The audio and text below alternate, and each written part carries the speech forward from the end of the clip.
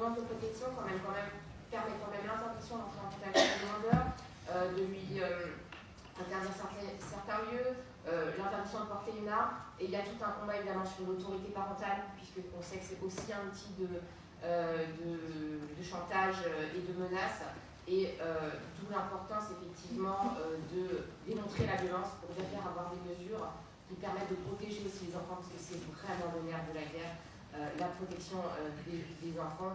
Et alors, les lois sont de plus en plus protectrices des enfants. On commence à se poser vraiment la question pour eux de leur bien-être sans forcément penser que le lien est nécessairement important à conserver. Mais c'est la loi, on est encore dans un système où l'autorité parentale conjointe est très enracinée.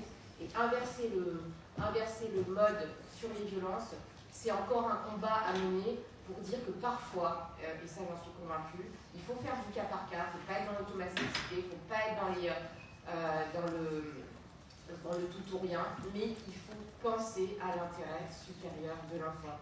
Et si parfois l'intérêt supérieur de l'enfant, c'est de couper les liens, eh bien, il faut que la justice ait le courage de couper les liens.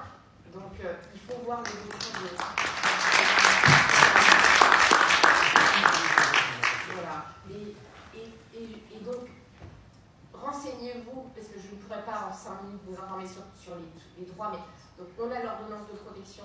L'ordonnance de protection immédiate, le procureur peut demander en 24 heures.